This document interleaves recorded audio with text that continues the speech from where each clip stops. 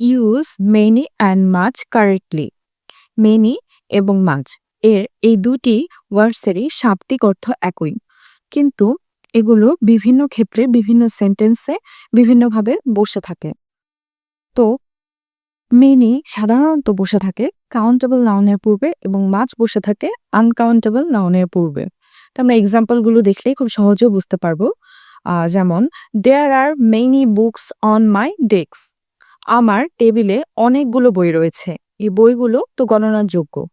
How many people attended the meeting. কতজন মানুষ মিটিংটিতে join করেছিল বা অ্যাটেন্ড করেছিল, তাহলে এখানে মানুষও গণনা করা সম্ভব। I don't have many friends in this city. এই শহরে আমার খুব বেশি বন্ধু নেই। এখানে বন্ধু গণনা করা সম্ভব।